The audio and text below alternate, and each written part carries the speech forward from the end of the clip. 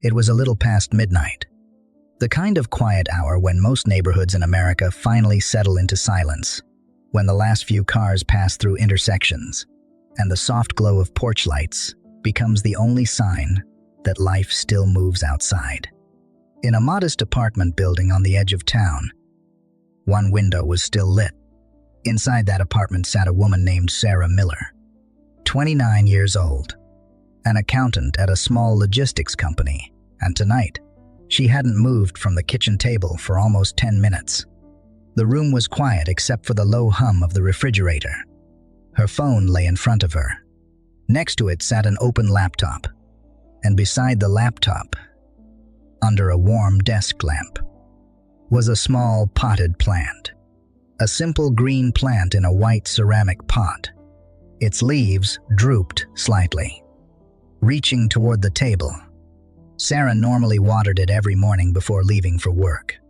Tonight she hadn't even noticed it. Her attention was locked on the phone. On the screen was a message.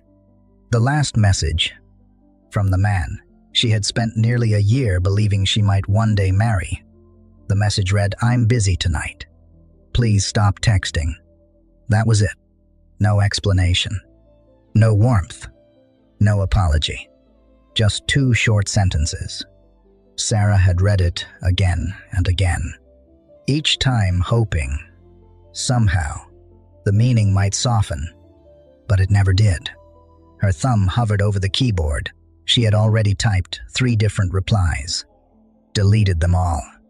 What was she supposed to say? Another apology, another promise that she wouldn't bother him, another attempt to keep something alive that might never have been real. Sarah slowly locked the phone. The apartment felt heavier somehow, the silence thicker.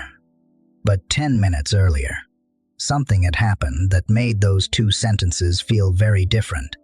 Sarah touched the trackpad on her laptop. The screen brightened. A social media page filled the display. A profile she had never seen before. But the name was unmistakable. Michael Carter, the same man who had just told her to stop texting him. She hadn't meant to search for him. Not really. But earlier that evening, a small voice inside her had started asking questions. Questions she had pushed away for months. Now those questions had led her here, to a photograph. It was bright. Taken on a sunny afternoon by a lake, Michael stood with his arm around a little boy, maybe 4 years old. The boy was laughing, holding Michael's face with both hands, and standing beside them was a woman. Her hand rested gently on Michael's shoulder. The caption beneath the photo read, "Perfect family weekend at Lake Tahoe." Sarah stopped breathing. For a moment, her mind refused to understand what her eyes were seeing. Family. Weekend. Lake Tahoe. She leaned closer to the screen, studying every detail, the child's smile, the woman's hand, the relaxed look on Michael's face. This wasn't a random picture. This was a family. Michael wasn't just the man she had been dating. Michael was a husband and a father. Sarah leaned back slowly in her chair. The wood creaked softly beneath her. She waited for tears, but none came. Just silence. The kind of silence that arrives when the truth is too heavy to land all at once. Then suddenly her phone vibrated. The sound made her jump. Unknown number. She hesitated, then answered. A calm, professional voice spoke. "Hello? This is a courtesy call from First National Bank regarding your personal loan account." Sarah felt her stomach tighten. The voice continued politely. "We noticed your payment deadline has passed. If payment is not received within 72 hours, the account may be transferred to collections." Sarah slowly opened her banking app. The number on the screen didn't feel real. Checking balance, $0. 0. Every dollar she had saved. 4 years of careful budgeting. 4 years of skipped vacations. 4 years of overtime. Gone. Transferred. Sent. To Michael. Her chest tightened. The voice on the phone asked gently, Miss Miller, are you able to confirm when the payment will be made? Sarah swallowed. I'll check, she whispered. The call ended, but seconds later, her phone vibrated again. Another number, another voice, less patient this time. This is a notice regarding your overdue credit account. If the balance remains unpaid, the account may be forwarded to a collection agency. Sarah closed her eyes. For a moment, the room seemed to tilt. The laptop screen still glowed in front of her, still showing the photo. Michael, the laughing child, the woman beside him. Sarah opened her banking history. Transfer, transfer, transfer. Every payment sent to the same name. Michael Carter. Her hands began to tremble. Finally, the tears came. Not loud, not dramatic. Just quiet tears sliding slowly down her cheeks. Then something else caught her attention. Under the family photo, someone had commented, "A woman." Her message read, "Miss you. Call me when you can." Sarah clicked the name. Another profile opened. Another woman. Different from the wife in the photo. Different from Sarah. Her stomach sank. A realization formed slowly in her mind. Heavy. Unavoidable. She whispered to herself, "Not just me." She stared at the two women, then at the empty bank balance, then back at Michael's smiling face. A strange calm began replacing the shock. Sarah stood and walked toward the window. Outside, a streetlight illuminated the quiet parking lot. A few cars sat silently beneath it. She wrapped her arms around herself, then whispered into the stillness, "If I stay silent." Her eyes drifted back toward the laptop, toward the photograph, toward the man who had taken everything from her. She finished the sentence quietly. How many more women will lose everything like this? Sarah walked back to the table. Her hand brushed lightly against the small potted plant beside the lamp. One fragile leaf bent downward, almost touching the wood. For the first time that night, she noticed it. The plant looked weak, almost forgotten. Sarah stared at it for a long moment. Then she picked up her phone again. This time, she didn't open Michael's messages. Instead, she opened a blank note. At the top of the page, she typed 3 simple words. Find the truth.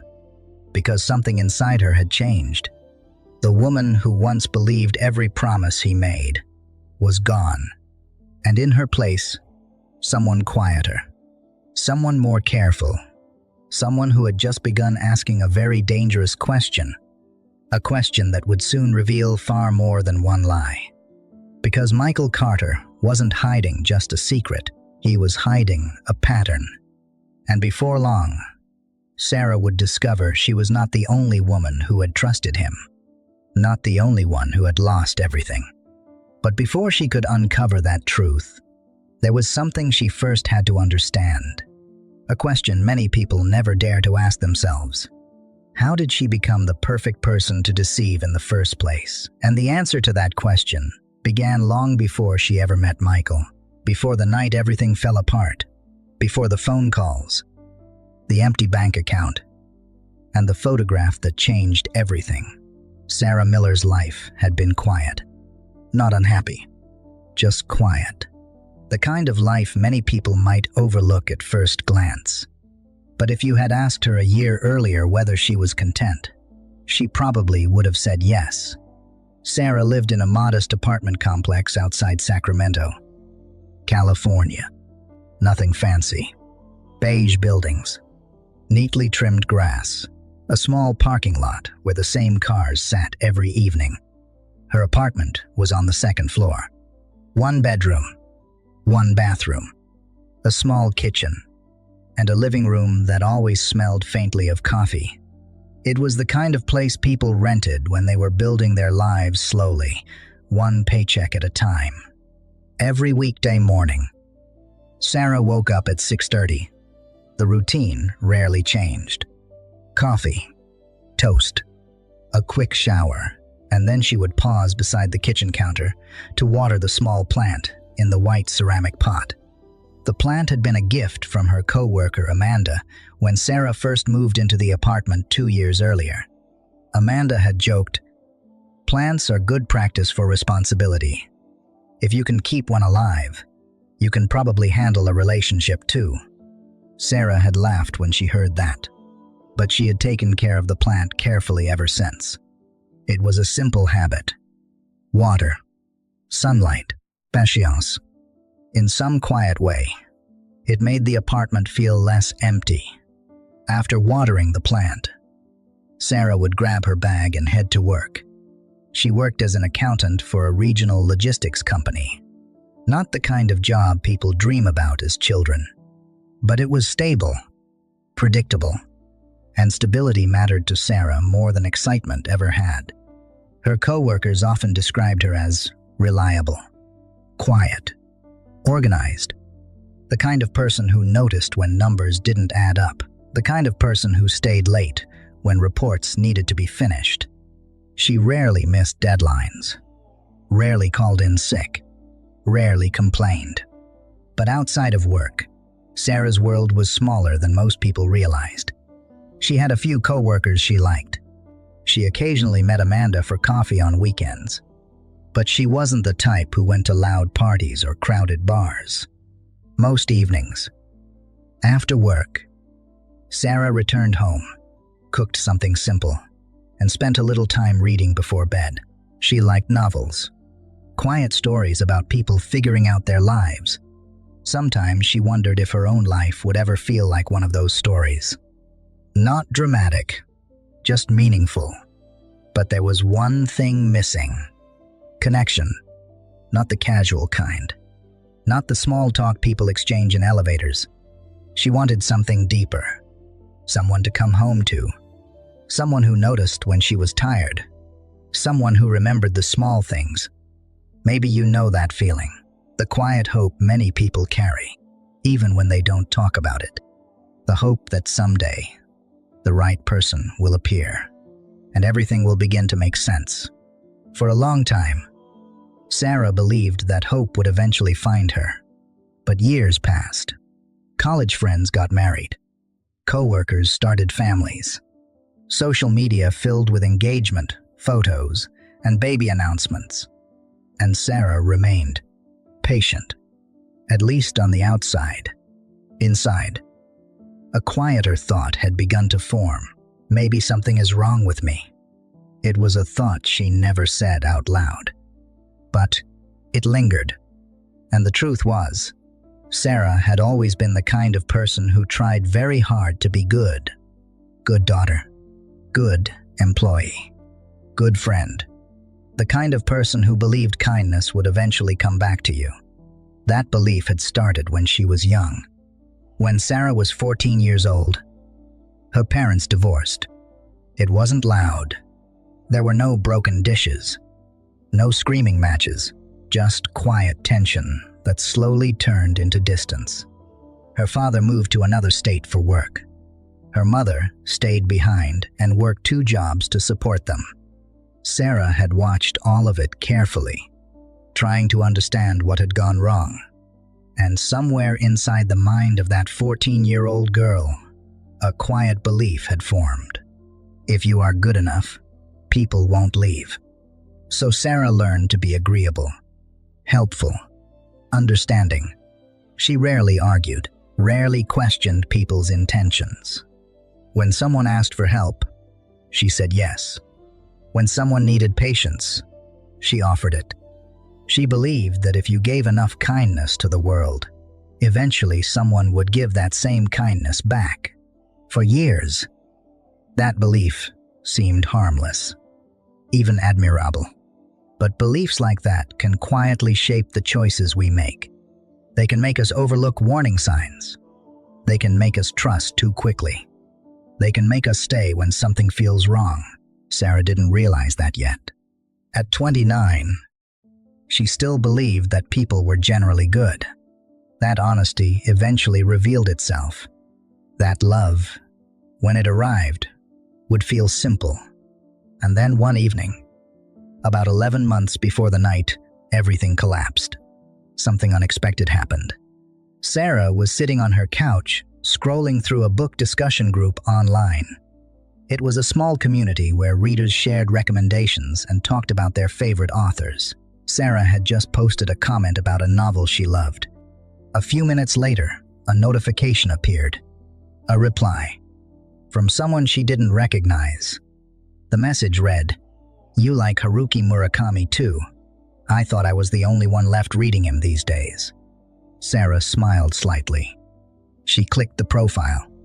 The man's name was Michael Carter. His page showed a few travel photos.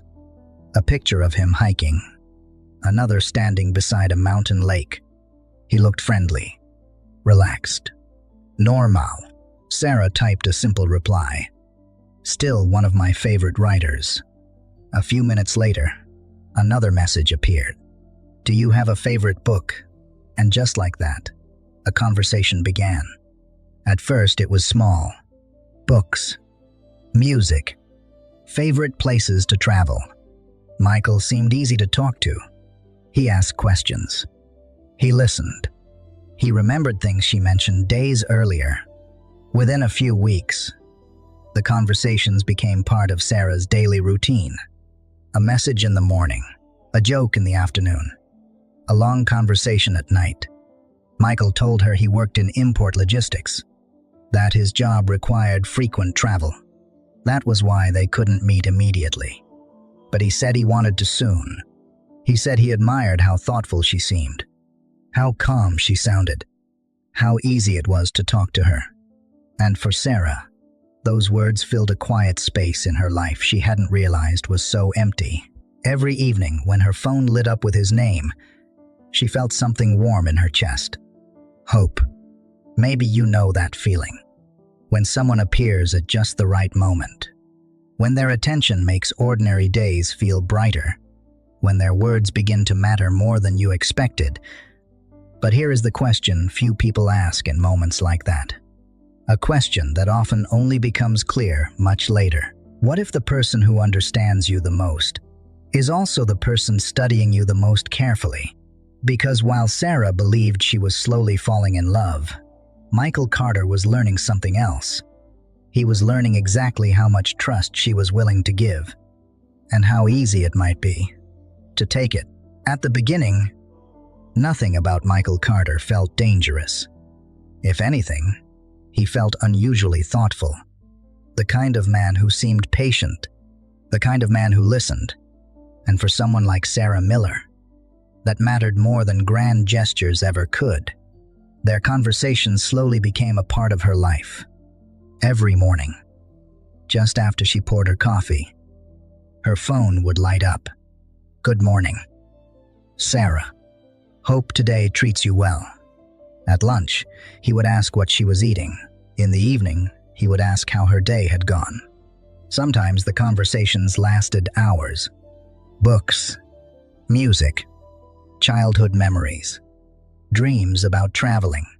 Michael had a calm way of speaking, never rushed, never demanding. He shared small details about his life too. He told her he had grown up in Oregon, that he had spent years building his career in logistics, that his work often required traveling between ports and distribution hubs. It explained why they couldn't meet right away. At least, that was what he told her. And Sarah believed him, because everything about their conversations felt sincere. Over time, something else began to happen. Michael started to notice the small things about her, the things most people overlooked.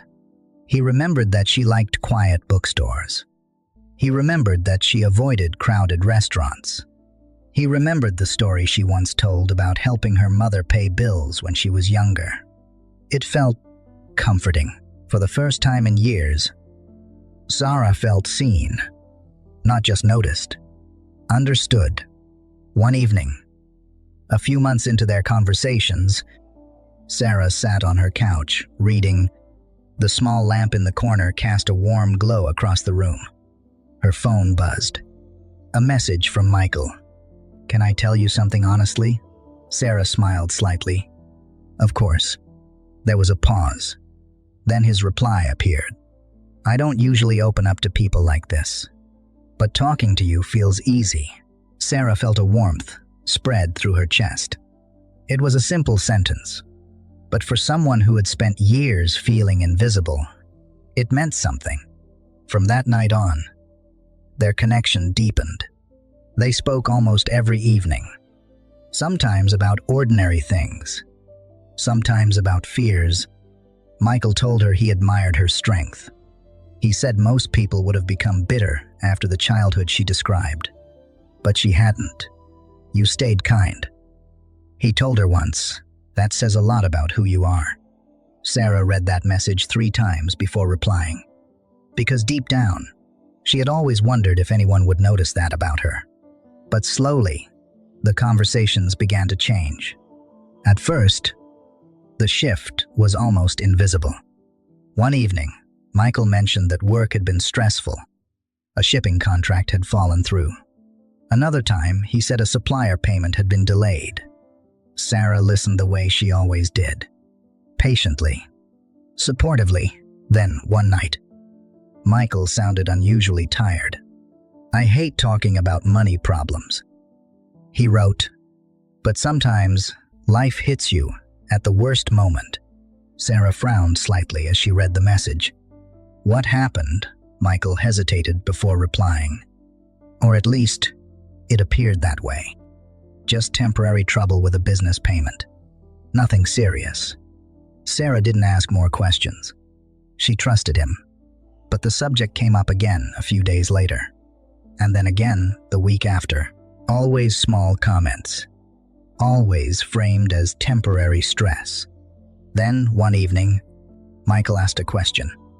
A gentle one. "Can I ask you something without you feeling pressured?" Sarah felt a small concern in her chest. "What is it?" Another pause. Then the message appeared. "If you ever needed help, would you ask someone you trust?" Sarah thought about it for a moment. "I think so."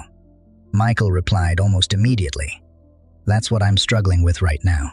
He explained that a delayed payment had caused a short-term issue with one of his accounts. "It was embarrassing," he said, "but temporary. Just a few weeks until the business payment cleared. Then everything would return to normal." Sarah read the messages carefully. Part of her felt uncertain.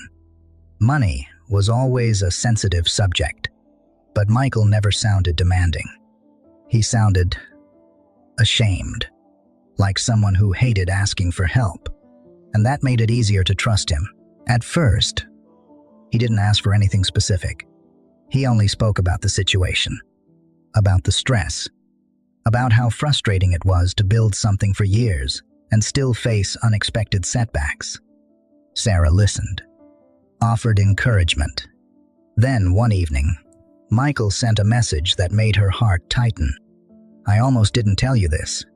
Sarah waited. "I might have to borrow a small amount just to cover a payment deadline." Sarah stared at the screen.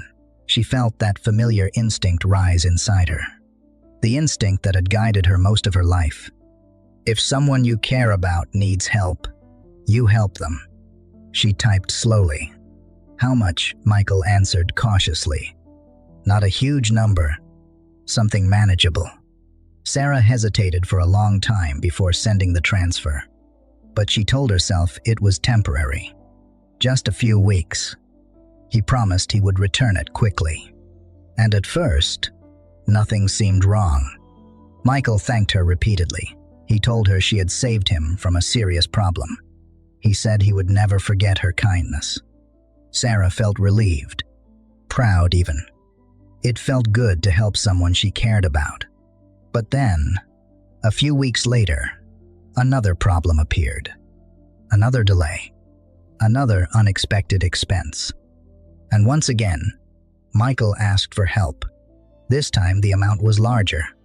Sarah hesitated longer, but Michael sounded worried, embarrassed, ashamed. "I hate putting you in this position," he wrote. Sarah reassured him. She told herself it was temporary. Just one more transfer. Just one more moment of support. Weeks turned into months. Small loans became larger ones. Michael always promised repayment, always said things would stabilize soon. And every time Sarah hesitated, he reminded her gently how much her support meant to him. Until one day, Sarah sent the largest transfer of all. The final amount. Every dollar she had saved. Her emergency fund. Her future plans. All of it. Because Michael promised something that night. Something Sarah had waited years to hear. When this clears, I want to finally come see you. Sarah sat in her quiet apartment that evening, smiling at the message. She watered the small plant beside the lamp. The leaves looked healthy then. Bright. Alive. For the first time in years, Sarah allowed herself to imagine a different life. A life where she wasn't alone. A life where kindness had finally returned to her, but that future never arrived. Because 3 weeks later, Michael stopped answering her messages. At first, Sarah thought he was busy. Then she thought he might be traveling. Then she thought something might have happened to him. Days passed. Then a week.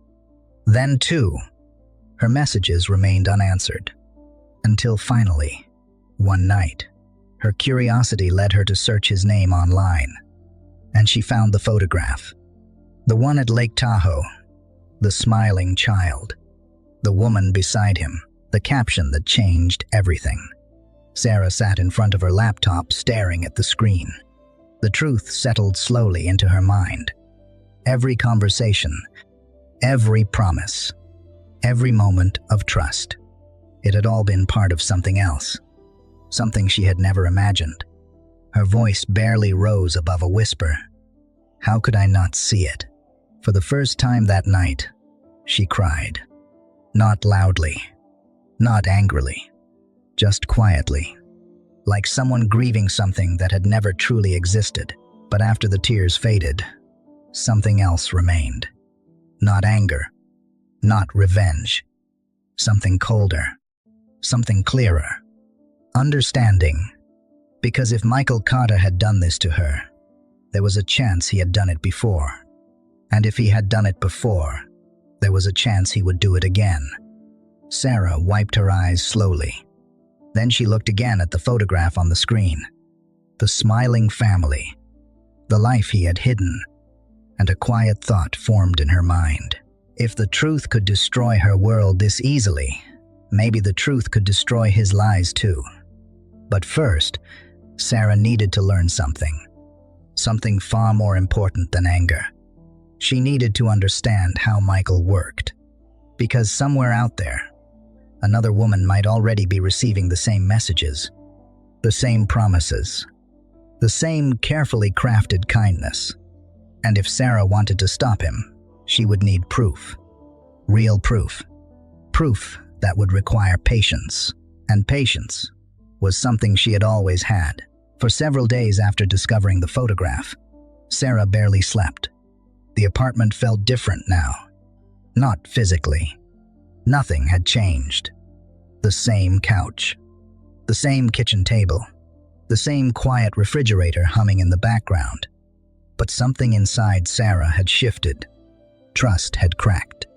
And once trust breaks, the world suddenly looks very different. She moved through her normal routine, almost mechanically. Wake up. Coffee. Water the small plant on the kitchen counter. Go to work. Answer emails. Review spreadsheets. Smile politely at coworkers. But underneath that routine, her mind kept circling the same questions. How long had Michael been lying? How many women had believed the same story? And perhaps the most painful question of all, had any of it ever been real? Every night she returned home and opened her laptop. She studied Michael's social media profile again. Carefully. Patiently. The way an accountant studies numbers that don't quite add up. His posts were surprisingly ordinary. Travel photos. Work updates. Occasional pictures from restaurants or hiking trails. Nothing about the page looked suspicious. In fact, That might have been the most unsettling part. It looked normal, the kind of page any successful professional might have. Except for one thing: the timestamps. Michael's posts often appeared late at night, sometimes past midnight, sometimes during work hours, and occasionally in the middle of the afternoon on weekdays. If he really worked in logistics, like he claimed, the schedule didn't quite make sense. But something else caught Sarah's attention. Under several photos, the same names appeared in the comments. Women, some commenting casually, some writing things that felt more personal. At first, Sarah told herself she might be imagining it. But one name appeared again and again: Jessica Lane. Sarah clicked the profile. A new page opened. Jessica looked to be in her early 30s. Blonde hair, bright smile, photos from coffee shops, parks, weekend trips. A normal life. But what stopped Sarah cold was the most recent post. Jessica had shared a screenshot of a message. The caption read, "Some people just know how to make your day better." Below the caption was a familiar name: Michael Carter. Sarah felt a slow, heavy feeling settle in her chest. The message was short, but she recognized the tone instantly. It was the same tone Michael had used with her months earlier. Warm, personal, thoughtful, carefully crafted. Sarah stared at the screen for a long moment. Then she leaned back in her chair. Her mind began replaying every conversation she had ever had with him. Every compliment, every apology, every moment he had sounded vulnerable. A disturbing possibility began forming in her mind. What if Michael wasn't just lying to her? What if this was something he had done many times before? Sarah closed her eyes, and suddenly a question appeared that she hadn't asked herself before. What if he was talking to someone else right now? The same way he once talked to me. The thought made her stomach tighten. Because if that was true, then somewhere out there, another woman might be slowly trusting him. Another woman might be believing the same promises. Another woman might be preparing to help him the way Sarah once had. Sarah stood up and walked slowly to the kitchen sink. She filled a glass with water and stared out the window. The parking lot below was quiet. A single streetlight illuminated the rows of parked cars. The world looked peaceful, ordinary. But Sarah no longer felt ordinary. She felt like someone who had suddenly seen behind a curtain, seen something most people never notice. Manipulation rarely looks like manipulation at the beginning. It looks like kindness. It sounds like understanding. It feels like connection. Sarah returned to the kitchen table. Her eyes drifted toward the small plant beside the lamp. The leaves were still drooping slightly. She reached out and gently touched one of them. A quiet thought crossed her mind. Plants need care to survive, but too much neglect, and they slowly weaken. Trust worked the same way, and hers had nearly been destroyed. Sarah sat down and opened a blank browser tab. She stared at the screen for several seconds. Then she did something she had never imagined herself doing. She created a new social media account. A new name. A new profile picture. Nothing extravagant. Just a simple profile that looked real enough to exist. Her hands moved slowly across the keyboard. Part of her felt nervous. Another part felt strangely calm, because this time, she wasn't the one walking into the unknown. Michael was. When the account was finished, Sarah stared at the screen for a moment. Then, she searched his name. Michael Carter.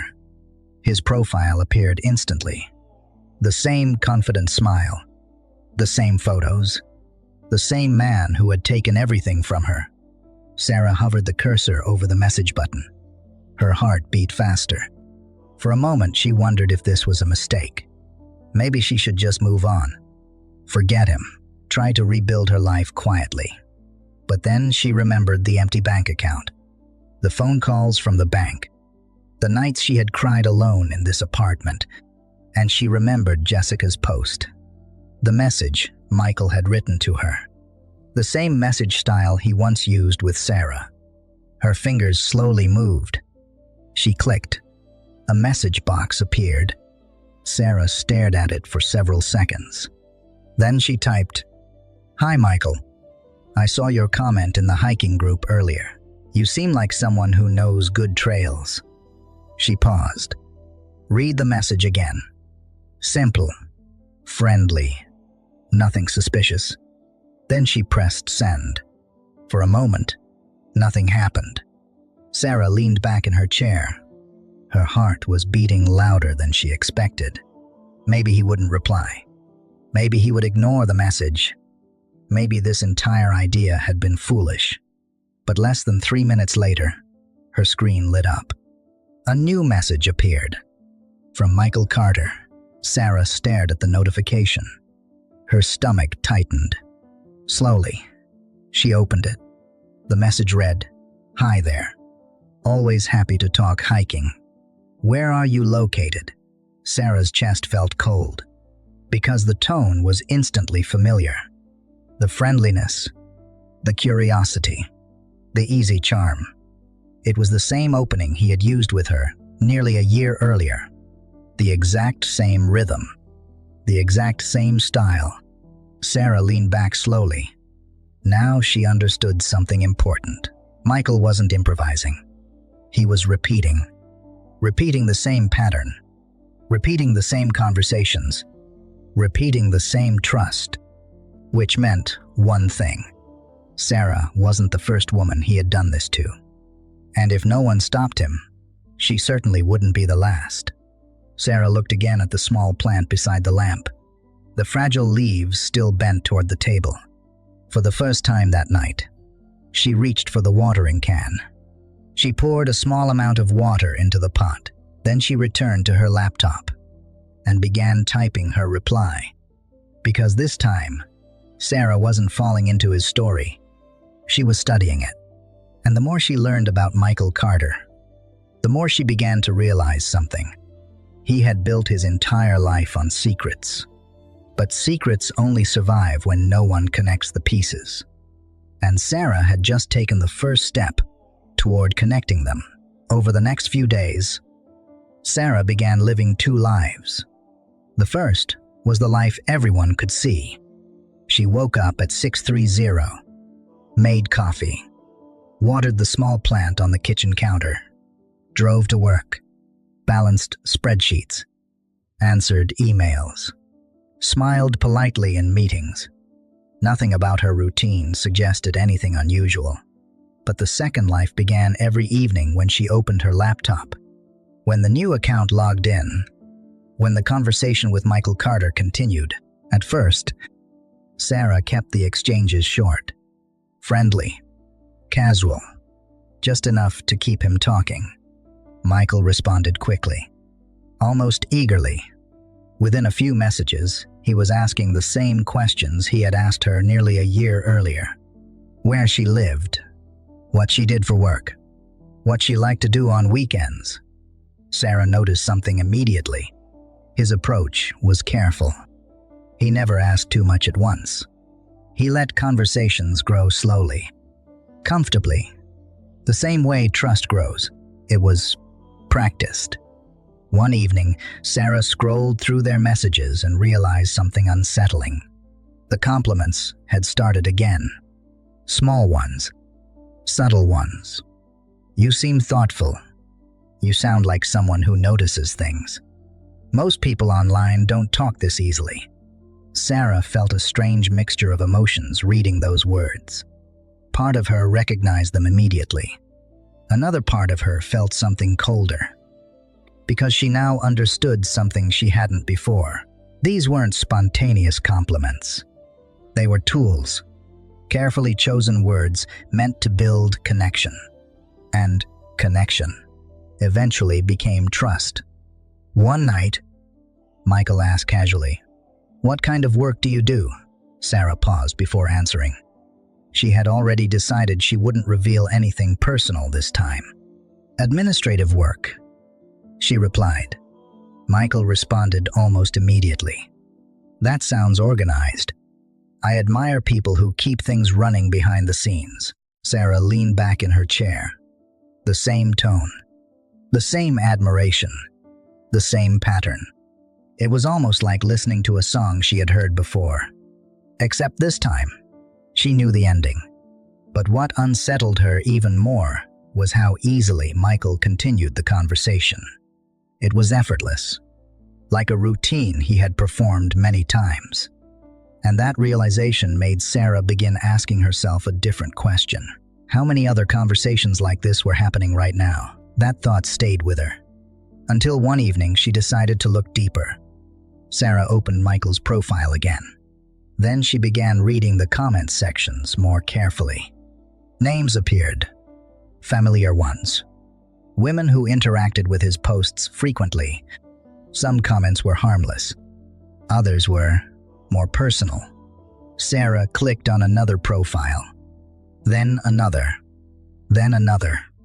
And slowly, a picture began forming.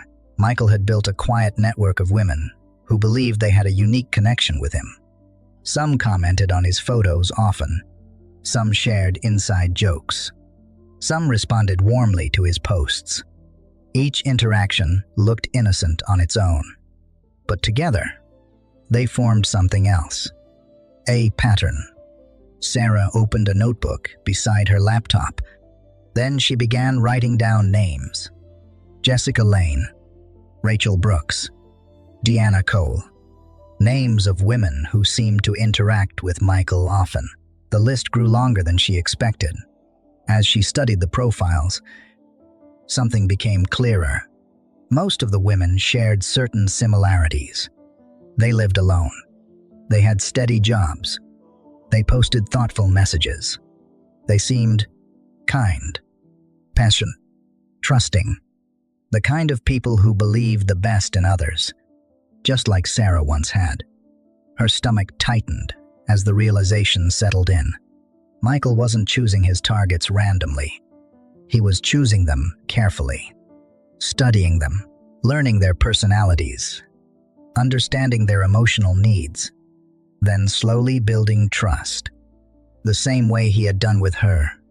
One night, while Sarah was reviewing the list she had written, a message from Michael appeared. "Can I ask you something honestly?" Sarah froze for a moment. The exact same sentence he had once sent her months earlier. She stared at the screen, then typed carefully. "Sure," Michael replied. "Do you ever feel like it's hard to trust people these days?" Sarah felt a chill run down her spine. The conversation was following the same path. The same emotional entry point. Trust. Connection. Understanding. Sarah typed slowly. "Sometimes," Michael responded a moment later. "I guess I've learned that the hard way." Sarah stared at the message, and suddenly she realized something else. Michael wasn't just repeating words. He was repeating stories. Stories designed to create sympathy. Stories designed to make women feel safe opening up. And if those stories worked, they eventually led to the same place. Money. Sarah leaned back in her chair. For the first time since this investigation began, she felt something stronger than curiosity. She felt certainty. Michael Carter had done this before, many times, but Sarah still lacked something important. Proof. Real proof. Messages. Records. Connections. Evidence that would show exactly what he had been doing. Because without proof, his story could always sound more believable than hers. And then something unexpected happened. It started with a message notification. Not from Michael. From someone else. Jessica Lane. The same woman whose comment Sarah had seen under Michael's photo. Jessica had sent a direct message. Sarah hesitated before opening it. The message read, "Hi. This might sound strange, but do you know Michael Carter?" Sarah's heart skipped. For several seconds, she didn't move. Then she replied carefully, "Why do you ask?" A moment passed.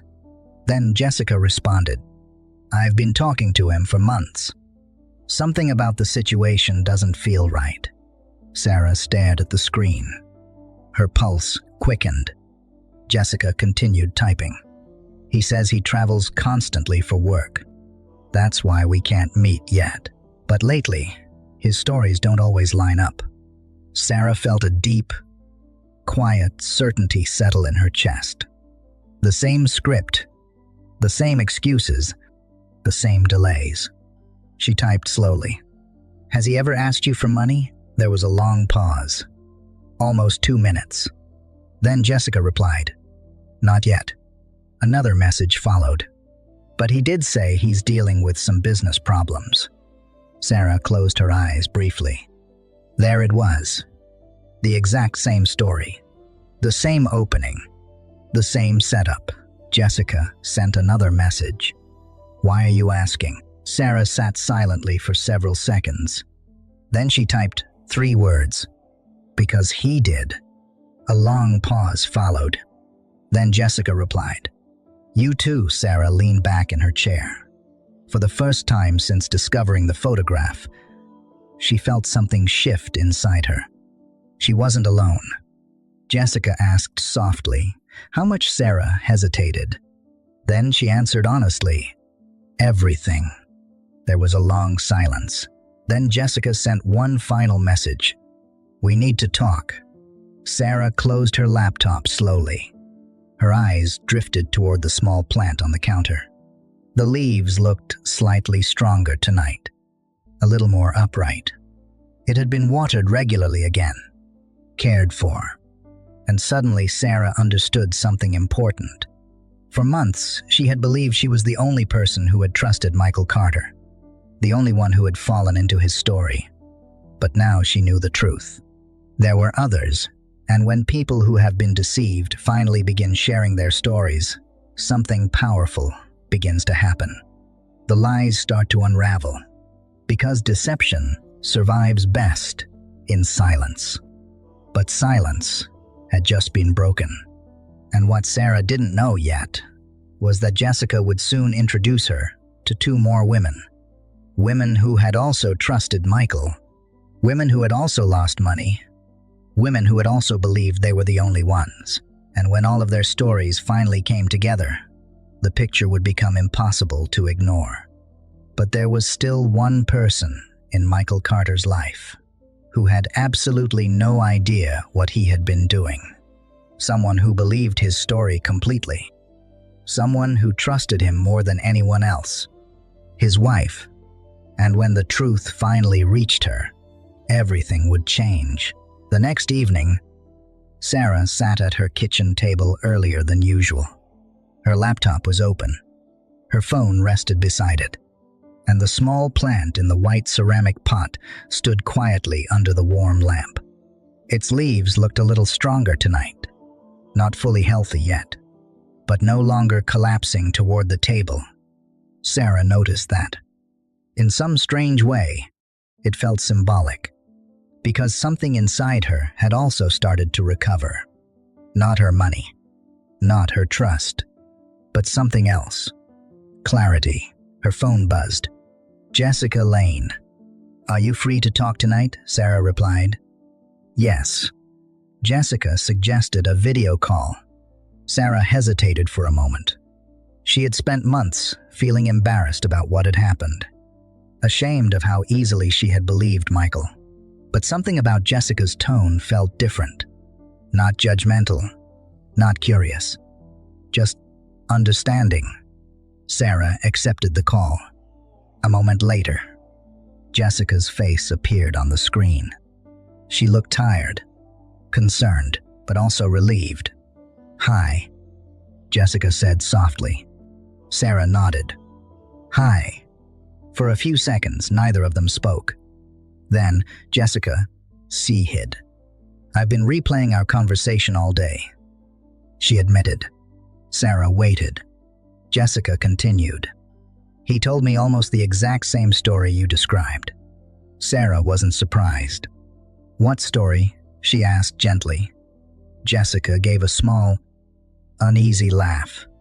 that he works in international logistics, that he travels constantly, that contracts sometimes get delayed. Sarah nodded slowly. Jessica looked down for a moment. Last week he mentioned he might need a short-term loan for a payment issue. Sarah's stomach tightened. Jessica continued. He said it was embarrassing to ask, but that he trusted me. For a moment, the two women simply stared at each other through the screen. Then Jessica asked quietly, "How long were you talking to him?" "Almost 11 months. Jessica exhaled slowly. "I've only known him 4. Sarah felt something heavy settle inside her. If she hadn't discovered the photograph when she did, Jessica might already be in the same situation. The same trap. Jessica rubbed her temples. "I kept feeling like something didn't add up." Sarah asked softly. "What made you question him?" Jessica hesitated. "Little things. The timeline of his travel, the way his stories sometimes changed slightly. And," she paused, "the way he always knew exactly what to say." Sarah leaned forward slightly. "What do you mean?" Jessica looked up again. "He's incredibly good at making you feel understood." Sarah didn't respond immediately, because she knew exactly what Jessica meant. Michael had always seemed to say the right thing, at the right moment, the exact words that made doubts disappear. It wasn't luck. It was skill. Jessica spoke again. "Do you think there are others?" Sarah opened the notebook beside her laptop. She turned it toward the camera. "Names. Several of them." Jessica's eyes widened. "You've been tracking this," Sarah nodded. "I started noticing patterns." Jessica leaned closer to the screen. "I recognized 2 of those names." Sarah felt her pulse quicken. "Which ones?" "Rachel Brooks," Jessica said, "and Deanna Cole." Sarah quickly wrote a note beside the names. Jessica explained. "They comment on his posts sometimes. I thought they were just friends." Sarah looked back at the screen. "Maybe they thought the same thing about you." The realization hung between them for a moment. Jessica broke the silence. "What if we contacted them?" Sarah hesitated. Part of her worried about invading strangers' lives, but another part of her knew the truth. If Michael had approached them the same way, they deserved to know. Jessica sent the first message. Rachel Brooks responded the next morning. At first, Rachel sounded confused, then cautious. But when Jessica described Michael's story about travel and business problems, Rachel's tone changed. "Wait, he told me the exact same thing." Jessica asked the question carefully. "Did he ever ask you for money?" There was a long pause before Rachel answered. "Yes." Sarah felt her heart sink as Jessica read the message aloud. Rachel explained that she had transferred $3,000 2 months earlier. Michael had promised repayment within weeks. He had never mentioned it again. The conversation continued late into the night. Then Jessica contacted Deanna Cole. Diana responded the following day. Her message was short, but devastating. He said he was going through a temporary cash flow problem. "I helped him. 5,000. Sarah stared at the screen. Jessica shook her head slowly. 4 women. Sarah spoke quietly. At least, because there was still something else Sarah hadn't mentioned yet. The photograph, the one from Lake Tahoe. Jessica noticed her expression. "What is it?" Sarah turned her laptop slightly. Then she opened the image again. Michael, the smiling child, the woman beside him. Jessica's mouth fell open. "Oh my God." Sarah nodded. "That's his wife." The silence lasted several seconds. Jessica whispered, "She doesn't know, does she?" Sarah shook her head. "I don't think so." Jessica leaned back in her chair. "For months, he's been talking to all of us, while going home to his family." Sarah felt something shift inside her. Until that moment, she had seen Michael's wife as part of the life he had hidden. But now, she realized something else. She might also be a victim. not financially, but emotionally. Living with someone who was quietly manipulating multiple people at the same time. Jessica spoke again. "So what do we do?" Sarah looked down at the notebook filled with names, messages, notes, patterns. For the first time since this investigation began, she felt the weight of responsibility. Because now the truth wasn't just about her. It involved 4 women, possibly more. Jessica asked gently, "Do we report him?" Sarah considered the question carefully. Maybe. Eventually. But Sarah knew something important about people like Michael. Without evidence, he could easily deny everything, and if he disappeared before anyone confronted him, he could simply start again somewhere else. With new names, new conversations, new victims. Sarah closed the notebook slowly. "We need to show him the truth." Jessica frowned. "What do you mean?" Sarah took a breath. Then she said something that surprised even herself. "We bring everyone together."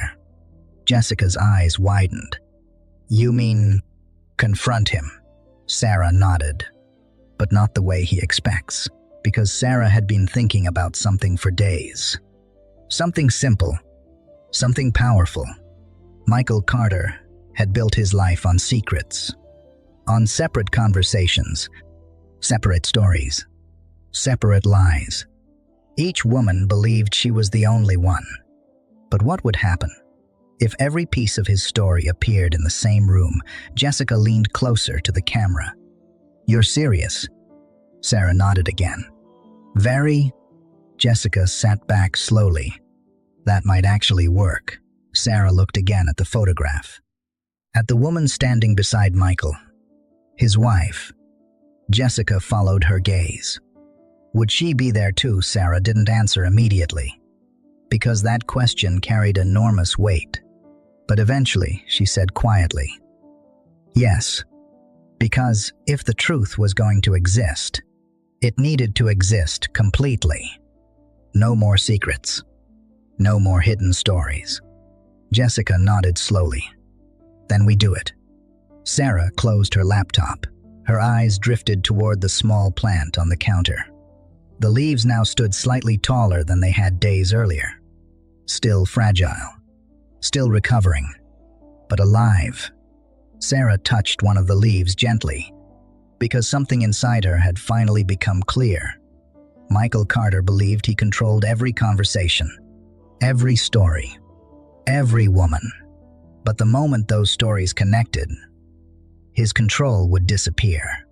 And Sarah had just taken the first step toward that moment. The moment when the truth would finally sit across the table from him. And when that moment arrived, there would be nowhere left for him to hide. The meeting was set for Saturday afternoon. Neutral ground. A small cafe in downtown Sacramento. Not too crowded. Not too empty. The kind of place where people talked quietly over coffee and laptops, where no one paid much attention to other tables. Sarah arrived first. She chose a table near the back of the cafe, where the light from the windows fell softly across the wooden floor. Her heart was beating faster than usual. Not with fear. Not exactly. But with the weight of the moment. For weeks, she had been gathering messages, screenshots, transfer records, dates, conversations. All of it sat neatly organized inside a folder on her phone. The evidence was quiet, but undeniable. Sarah placed her bag beside the chair and sat down. Her eyes drifted briefly to the window. Outside, people walked past casually. Couples, families, a father holding his daughter's hand. Life moving forward without any idea of what was about to unfold inside this small cafe. A few minutes later, Jessica arrived. She looked around quickly before spotting Sarah. When their eyes met, Jessica offered a small nod. Not nervous. Determined. They sat together without speaking for a moment. Then Rachel joined them. Then Diana. 4 women. 4 separate stories.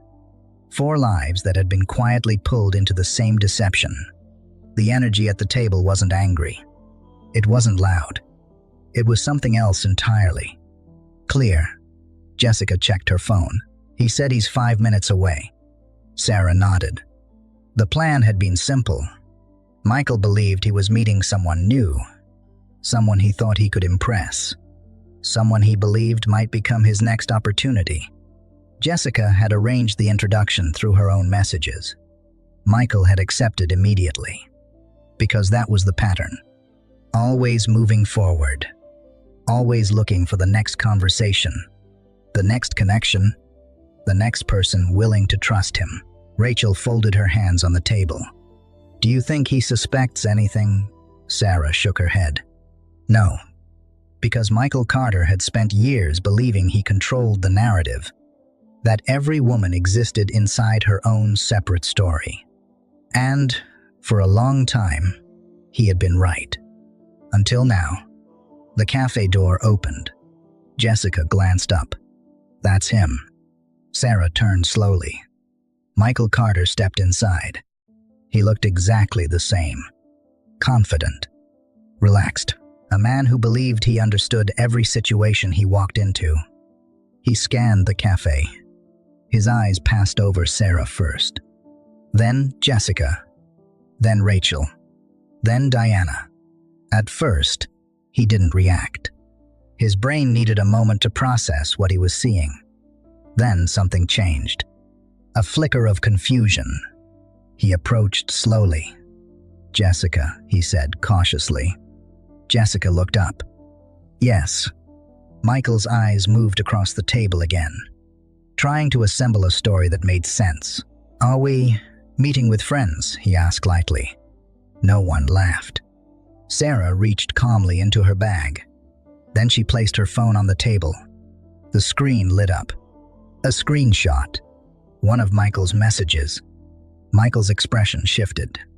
"What's this?" he asked. Sarah looked directly at him. Her voice was steady. "We thought it would be easier if everyone heard the same story." Michael's jaw tightened slightly. "I don't understand what you're talking about." Rachel slid her phone onto the table. Another screenshot. Another conversation. Jessica followed. Then Diana. 4 phones now lay on the table. 4 sets of messages. 4 nearly identical conversations. Michael looked from one screen to another. For the first time, the confidence in his posture began to fade. "This is a misunderstanding," he said quickly. But even he could hear how weak that sounded. Because every message told the same story. The same compliments. The same promises. The same explanations about business problems. The same requests for help. Sarah spoke again. "You told each of us we were the only one." Michael looked at her. Recognition finally flashed across his face. "Sarah." She nodded. "Yes." The silence at the table deepened. For months, Michael had lived comfortably inside separate conversations. But now, every piece of his story existed in the same place. And there was no version of the truth that could explain it. He tried anyway. "You're taking things out of context," he said. Jessica raised an eyebrow. "Out of context." Rachel leaned forward. "You asked me for $3,000. Diana added quietly. $5,000. Sarah didn't raise her voice. She simply opened another screen. The transfer records. The largest amount of all. Michael's face went pale. But then something unexpected happened. A 5th voice spoke. "Michael." He turned. Standing near the entrance of the cafe was a woman holding a small boy's hand. The same woman from the photograph. His wife. For a moment, no one spoke. The boy looked around the cafe curiously, unaware of the tension in the room. Michael's wife stepped closer. Her expression was calm, but her eyes were searching. She looked at the phones on the table, at the women sitting across from her husband. Then she looked at him. "Do you want to explain this?" Michael opened his mouth, but no words came. Because for the first time in years, there was no story left to tell. Every lie had already been spoken. Every excuse already exposed. The truth didn't need shouting. It was sitting quietly on the table. His wife looked at Sarah, then at Jessica, Rachel, Diana. 4 women who had never met before a few weeks ago. 4 strangers now connected by the same experience. His wife spoke softly. "Thank you for telling me." There was no anger in her voice, just something deeper, understanding, and sadness. She took her son's hand gently. Then she looked back at Michael one last time and asked a single question. Why Michael said nothing. Because there are moments in life when every lie collapses at once. Moments when silence becomes the only possible answer. His wife turned and walked toward the door. The boy followed quietly beside her. And Michael Carter remained standing in the center of the cafe, surrounded not by accusations, but by the undeniable weight of the truth. Sarah watched him for a moment. Then she stood. The others followed. No shouting. No revenge. No dramatic scene. Because the truth had already done everything it needed to do. As Sarah walked toward the exit, something inside her felt lighter than it had in months. Not because she had won, but because the silence had ended. And sometimes, that is the only justice people truly need. Outside, the afternoon sun filled the street. And for the first time since that night at her kitchen table, Sarah felt something she hadn't felt in a long time. Peace. 3 months passed. Spring arrived quietly in Sacramento. The mornings became warmer. Sunlight lingered longer through the apartment windows. And life slowly began to settle again. Sarah Miller's apartment looked almost the same as it always had. The same couch. The same kitchen table. The same quiet hum of the refrigerator late at night. But one thing had changed. On the kitchen counter, beside the window, sat the small white ceramic pot. The plant inside it looked different now, stronger. The leaves were no longer drooping toward the table. They stood upright, reaching toward the sunlight. 3 months earlier, the plant had nearly withered, forgotten during sleepless nights and quiet tears.